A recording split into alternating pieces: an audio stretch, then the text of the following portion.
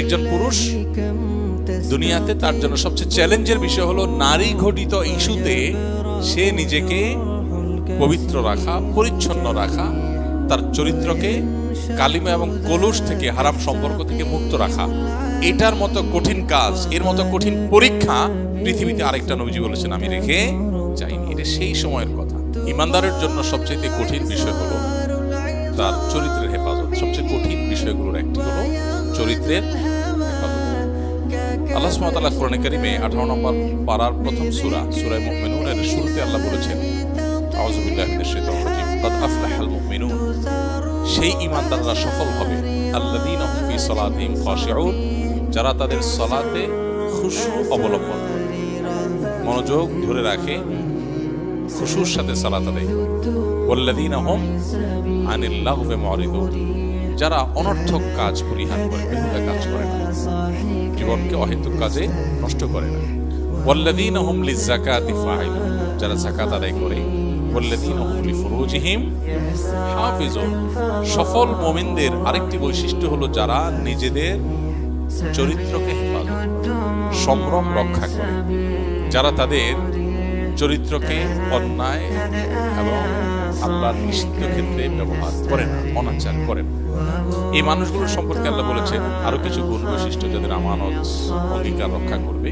আল্লাহ বলেছেন শেষে এসে উলাইকা হুমুল ওয়ারিসুন আল্লাযীনা ইয়ারিসুনাল ফিরদাউসা হুম ফিহা খালিদুন, এই বৈশিষ্ট্যের মানুষরাই হলো জান্নাতুল ফিরদাউসের মালিক হবে। যারা জান্নাতুল ফিরদাউসের মালিক হবে, ওয়ারিস হবে। দুনিয়ার মতো না, একটা জমির মালিক হলাম আমি, আমার বাপ মরে গেল, এরপর আমি মালিক হলাম, হতে হতে 40-50 বছর বয়স হয়ে গেল, এরপরে আর 20-30 বছর পরে আমি নিজেই চলে গেলাম। এটা মালিক হওয়া না, এটা দারওয়ানি করা। 20-30 বছর টেক কেয়ার করলাম আমি, এরপর আবার আমার ছেলে মালিক হলো, আরেকজন মালিক হয়ে গেল। কিন্তু জান্নাতুল ফিরদাউসের মালিক যে হবে সে অনন্তকালের জন্য মালিক হবে। আল্লাহ আমাদেরকে সেটা মালিক হওয়ার তৌফিক দান করুন। নবী করিম সাল্লাল্লাহু আলাইহি ওয়াসাল্লাম বলেছেন, মাইয়াতমান লিমা বাইনা লিহইহি ওয়া মা বাইনা রিজলিহি আতমান লাহুল জান্নাহ, যে ব্যক্তি তার দুই চোয়ালের মধ্যবর্তী অঙ্গ অর্থাৎ মুখ, এটাকে নিয়ন্ত্রণ করবার দায়িত্ব নিবে এবং দুই পায়ের মধ্যবর্তী অঙ্গ অর্থাৎ তার সম্ভ্রম, ইজ্জত, চরিত্র, সেটাকে সংরক্ষণ করার, হেফাজত করার, অপাত্রে অননুমোদিত ক্ষেত্রে ব্যবহার করা থেকে বিরত রাখার দায়িত্ব যে নিবে নিজেরটা নিজে, নবীজি বলেছেন আতমান লাহুল জান্নাহ, আমি তার জান্নাতের দায়িত্ব নিলাম। সোজা কোনো কথা না, জান্নাতের দায়িত্ব নবী করিম সাল্লাল্লাহু আলাইহি ওয়াসাল্লাম। কার জন্য? যে নিজের জবান, এই মুখ দিয়ে হারাম খাবে না, হারাম বলবে না, আর তার ইজ্জত সম্ভ্রমকে হেফাজত করবে, অপাত্রে ব্যবহার করবে না। এমনকি কেউ যদি হস্তমৈথুন করে সেও অপাত্রে ব্যবহার করবে, কারণ এটা অনুমোদিত পাত্র নয়। তো অনুমোদিত ক্ষেত্র ছাড়া কেউ যৌনাচার করে না।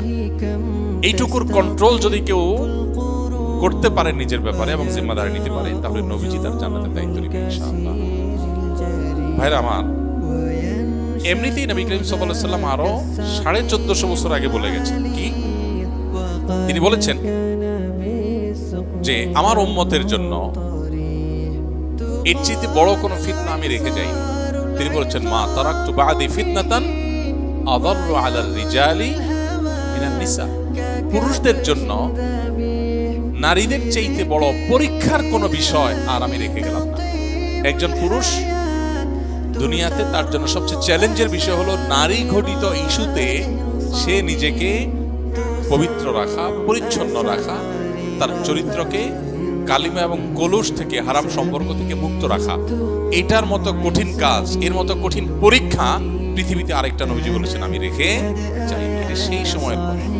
আর এখন আপনার যে ওপেন কালচার গোটা পৃথিবীতে প্রমোট করা হচ্ছে, গোটা পৃথিবীতে আজ যে মানুষকে বিভিন্নভাবে উন্মাদনা তৈরি করবার খুব বাজে একটা প্রচেষ্টা আমরা দেখতে পাচ্ছি, এই সময়টাতে নিজেদের চরিত্র হেফাজত করা সহজ না কঠিন? কঠিন। কেমন কঠিন? এটা এত বেশি কঠিন, নিজের চরিত্রকে হেফাজত করার মতো কঠিন আরেকটা কাজ আজকের পৃথিবীতে। তাহাজ্জুদের নামাজ পড়া যত কঠিন, রাতে উঠে 5 ওয়াক্ত নামাজ তো বটেই, ফজর নামাজ জামাতের সাথে পড়া যত কঠিন, এমনকি হালাল উপার্জন করা আজকাল যত কঠিন, সবচেয়ে কঠিন কাজগুলোর একটা হলো হালাল উপার্জন করা। এটা যত কঠিন, এর চাইতেও বেশি কঠিন হলো নিজের চরিত্রকে কি করা, হেফাজত করা। এই জন্য ডক্টর খন্দকার আব্দুল্লাহ জাহির রহমতুল্লাহ আলাইহি বলতেন যে তিনি তার কথা বলতেন যে আমার মতো দাড়ি পাকা বুড়ো মানুষ 5 ওয়াক্ত নামাজের পাশাপাশি তাহাজ্জুদের নামাজ, নফল নামাজ পড়ে আল্লাহকে খুশি করা আমার জন্য যতটা কঠিন হবে, তোমরা যারা যুবক আছো শুধু যদি একটা চ্যালেঞ্জ নাও যে আমাদের চরিত্রে কোনো কালিমা লাগতে দিব না, এবং তুমি যদি সাকসেস হও তাহলে আমার চাইতে তুমি সফল হয়ে গেলে। আমার তাহাজ্জুদের চাইতে শুধু তোমার চরিত্রটাকে হেফাজত করা বেশি উত্তম হয়। এই জন্য এই চ্যালেঞ্জটা আমাদের নিতে হবে। ইমানদার সে নিজেকে নিয়ন্ত্রণ করবার সক্ষমতার অধিকারী হতে হবে। ঢিলা মানুষ কখনো ভালো ইমানদার হতে পারে না। ঢিলা মানুষ মানে যেখানে দেখলাম সেখানে কাঠ হয়ে গেল, বুঝেন নাই? কোন সৌন্দর্যের প্রতি আকৃষ্ট হয়ে ওখানে বায়াত হয়ে মুরিদ হয়ে নিজের ঈমান, আমল, তাকওয়া সব ভুলে গেলাম, ঢিলা মানুষের লক্ষণ। আর টাইট সিরিয়াস মানুষের লক্ষণ কি? না, এটা আমার জন্য অনুমোদিত না, এটা আমি আমার নিজের নজরকে হেফাজত করব। আল্লাহ শিখিয়েছেন কুল্লুল মুমিনিনা ইয়াগুদ্দু মিন আবসারিহিম ওয়া ইয়াহফাযু ফুরুজাহুম। হে রাসূল, বলে দিন ইমানদারদেরকে তাদের চোখগুলোকে যেন হেফাজত করে, অপথ্য যেন না করে। যেটা দেখলাম সেকে ফেলফেল করে তাকায় থাকলাম, ওরে বাবা রে, এরপর তাকে মনে মনে মন কেলা খাইলাম, মনে মনে বাজে চিন্তা করলাম। ঢিলা মানুষের কথা, যেখানে যা দেখে সেটা দেখে পাগল হয়ে যায়। আর ইমানদার তার চরিত্রকে সে হেফাজত করার জন্য সফল। এটা আমার জন্য অনুমোদিত না। চোখের এরিয়াতে আমি আঁচ করতে পেরেছি যে এমন কিছু এসেছে যেটা আমার জন্য দেখার অনুমোদন নেই। কেন শরীয়ত দেখতে নিষেধ করেছে? কেন নিষেধ করেছে? অনেকে মনে করে এটা বাড়াবাড়ি, না বোঝার কারণে, তারা দিনকে না বোঝার কারণে আমাদের অনেক ভাইরা মনে করেন এটা বাড়াবাড়ি। না ভাই, এটা বাড়াবাড়ি না, এটাই বাস্তবতা এবং এটাই বাস্তবসম্মত, এটাই যথার্থ। কারণ মানুষের চোখ হলো একটা দেশের যেরকম বর্ডার থাকে, মানুষের চোখ হলো মানুষের শরীরের বর্ডারগুলোর মধ্যে অন্যতম। এই বর্ডার যদি নিয়ন্ত্রণের বাইরে চলে যায়, তখন রাজধানী কলমও নিয়ন্ত্রণের বাইরে চলে যায়, মনোজগৎ নিয়ন্ত্রণের বাইরে চলে যায়। চোখ দিয়ে যা দেখে মনে তাই মানুষ কল্পনা করে। এই জন্য রাজধানী তুল্য কল্প বা অন্তরকে কেউ যদি হেফাজত করতে চায়, তাহলে চোখ তুল্য বর্ডার, কান তুল্য বর্ডারকে তার হেফাজত আগে করতে হবে। এই জন্য শরীয়ত বাঁধ দিয়েছে। আজকের দুনিয়া, ভোগবাদী দুনিয়া আপনাকে বলবে কি না, আপনি অন্যায়ভাবে কারোর উপরে চড়াও হতে পারেন না, কাউকে টিজ করতে পারেন না, কাউকে আপনি বাজে কথা বলতে পারেন না। হ্যাঁ, খুব ভালো কথা, এই কথাগুলো ভালো। কিন্তু মুশকিল হলো এমন কালচার প্রস্তুত করে রাখা হয়েছে, ডেভেলপ করা হয়েছে যে তাকে চতুর্দিক থেকে উন্মাদনা তৈরি করার জন্য যা লাগে সব ব্যবস্থা করা হচ্ছে তার জন্য। আবার বলা হচ্ছে না, খবরদার নিজেকে নিয়ন্ত্রণ করো। আর ইসলাম বলে তুমি তোমার চরিত্র হেফাজত করো, তারও আগে নিজের চোখের হেফাজত করো। কারণ চোখের হেফাজত করতে না পারলে তোমার চরিত্র হেফাজত করা সম্ভব হবে না। এই জন্য আমাদের ভালো মুসলমান আদর্শ মানুষ হওয়ার জন্য নিজের চরিত্র এবং সম্ভ্রমকে হেফাজত করার সংকল্প করতে হবে, চেষ্টা করা যাবে না ইনশাআল্লাহ। ইতিপূর্বে যদি কারোর চরিত্রে কোনো কালিমা লেগে গিয়ে থাকে, তাহলে আল্লাহর কাছে তওবা করলে আল্লাহ মাফ করবেন। কিন্তু এই শর্তে তওবা হবে খাঁটি তওবা। খাঁটি তওবার লক্ষণ কি? যে আমি কখনো ওই পাপের ধারে কাছেও আর যাব না। যদি কেউ এই সংকল্প করে ঠিক রাখতে পারে, তাহলে ইনশাআল্লাহ বিইذনিল্লাহ আল্লাহ তার পেছনের গুনাহ, জিন্দেগিতে যে জেনা করেছে, হারাম সম্পর্ক সব আল্লাহ মাফ করে দিবেন।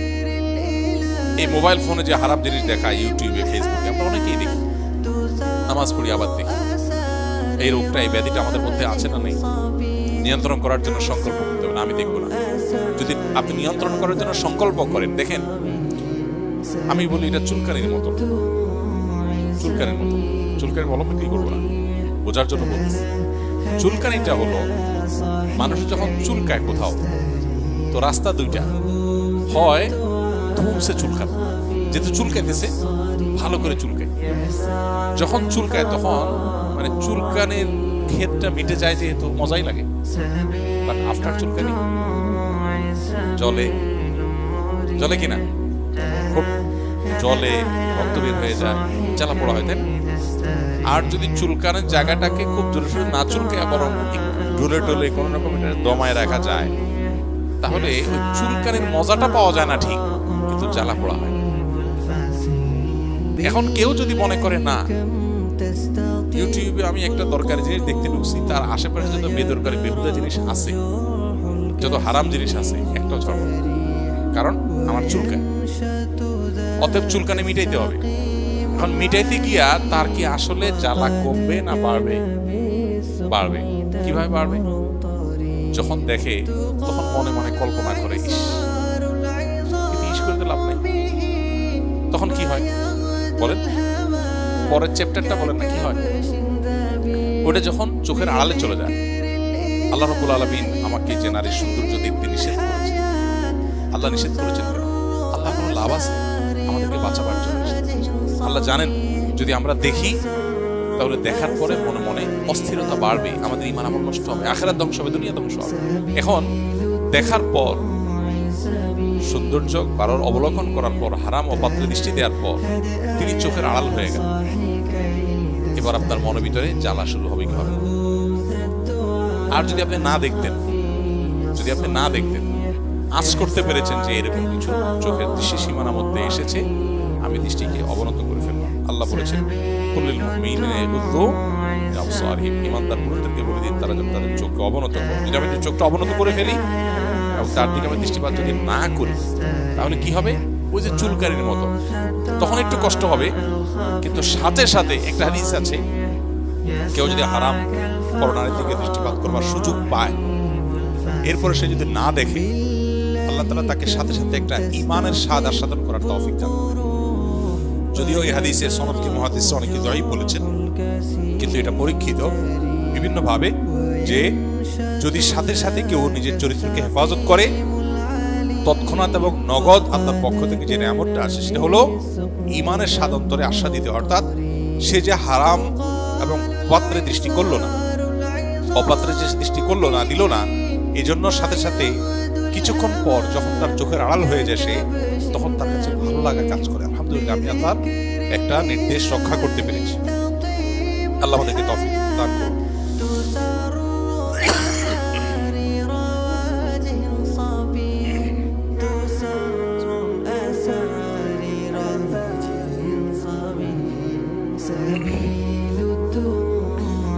নবী করিম সাল্লাল্লাহু আলাইহি ওয়াসাল্লাম বলেছেন, আতাদরুনা মা আকসারু মা ইউদখিলুন নাস আন-নার?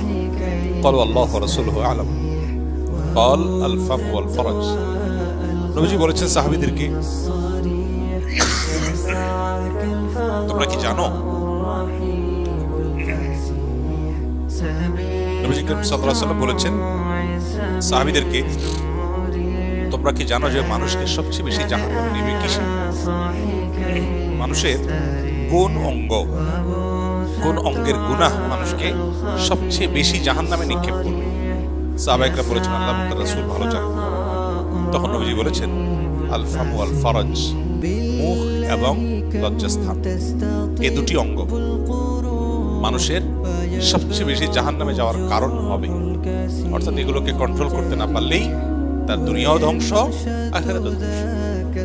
এই জন্য ভাই আমাদের নিয়ত করতে হবে ইনশাআল্লাহ আমরা ইউসুফ আলাইহিস সালামের চরিত্রের অধিকারী হওয়ার চেষ্টা করব ইনশাআল্লাহ।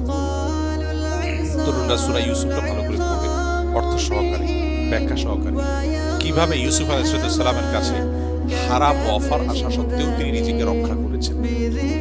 আরশের নিচে যে 7 শ্রেণী মানুষকে আল্লাহ তাআলা ছায়া দিবেন, এর ভিতরে এক শ্রেণী মানুষ হলেন সেই মানুষ যে মানুষ রাজুলুন দাআতহু ইমরাআতুন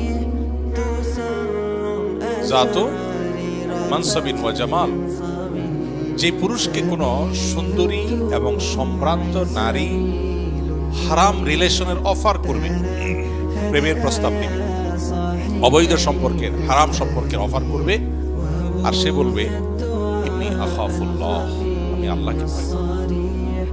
এই কথা যে বলতে পারবে, অর্থাৎ হারাম অফারকে যে ডিনাই করতে পারবে, নিজেকে নিয়ন্ত্রণ করতে পারবে, আল্লাহ তাআলা তাকে কিয়ামতের ভয়াবহতম দিনে আরশের নিচে বিহেভিয়ারের ছায়া দান করবেন। এই জন্য ভাই এই চ্যালেঞ্জটা নেব তো ইনশাআল্লাহ। সকল ভালোবাসা এগুলো নিজের স্ত্রীর জন্য আমরা জমিয়ে রাখবো। আজ ঘরে ঘরে যে অশান্তি, এর অন্যতম একটা কারণ এটা ভালোবাসার যেখানে সেখানে বিলিয়ে এরপর দরকারের সময় পুঁজি দিতে অজাগায় অপাত্রে বিলানোর পর যখন দরকার হয় তখন পুঁজি থাকে না, তখন অভিনয় নাটক শুধু SMS এ আই লাভ ইউ লেখা, তো সেটা ভিজে না, ভেতর থেকে তো আসে না। কারণ মহব্বত ভালোবাসা তো রাস্তায় রাস্তায়, স্কুল লাইফ থেকে মিলানো শুরু হয়েছে, ভার্সিটি লাইফ কর্মস্থল মিলাইতে মিলাইতে এরপরে তার পুঁজি আসলে আর নাই বেঁচে। এরপর বাকি জীবন শুধু নাটক অভিনয় করে প্রেমের ভালোবাসা কয়দিন টিকে সংসার। এই জন্য তুলনামূলকভাবে দেখবেন হুজুরদের যত দূর দেন, যত ত্রুটি বলেন না কেন, অন্তত বউয়ের সাথে সম্পর্কের ক্ষেত্রে বা তালাকের হার কম হওয়ার ক্ষেত্রে আলেমরা হুজুররা একটু হলেও আগায় থাকে। যদিও লেবাসের পোশাকে হুজুর আজকাল ঘরে ঘরে, রিয়েল হুজুর যদি হয়, সত্যিকারের দিনদার মানুষ যদি হয়, তাহলে তার চরিত্র হেফাজতে রাখা সহজ হবে এবং তার সুফল সে পাবে, দাম্পত্য জীবনে সে সুখীও হবে। আল্লাহ আমাদের সে রিয়েল এবং সত্যিকার ভালো মানুষ হওয়ার তৌফিক দান করুন। তাহলে গায়ে গতরে ইমানদার হওয়ার পাশাপাশি, গায়ে গতরে মুসলমান হওয়ার পাশাপাশি আমাদের চরিত্রের দিক থেকে মুসলমান হয়ে ওঠার চ্যালেঞ্জ আমাদেরকে নিতে হবে। চেষ্টা করা যাবে না ইনশাআল্লাহ। গোটা সমাজ আপনাকে ভোগের জন্য দাওয়াত দিচ্ছে, চরিত্র নষ্ট করার দাওয়াত দিচ্ছে। নবী সাল্লাল্লাহু আলাইহি ওয়াসাল্লাম আমাদের সবচেয়ে আপন, আমাদের সবচেয়ে কল্যাণকামী, তিনি মানব জাতিকে এই ধ্বংসের হাত থেকে রক্ষার জন্য বলে গেছেন।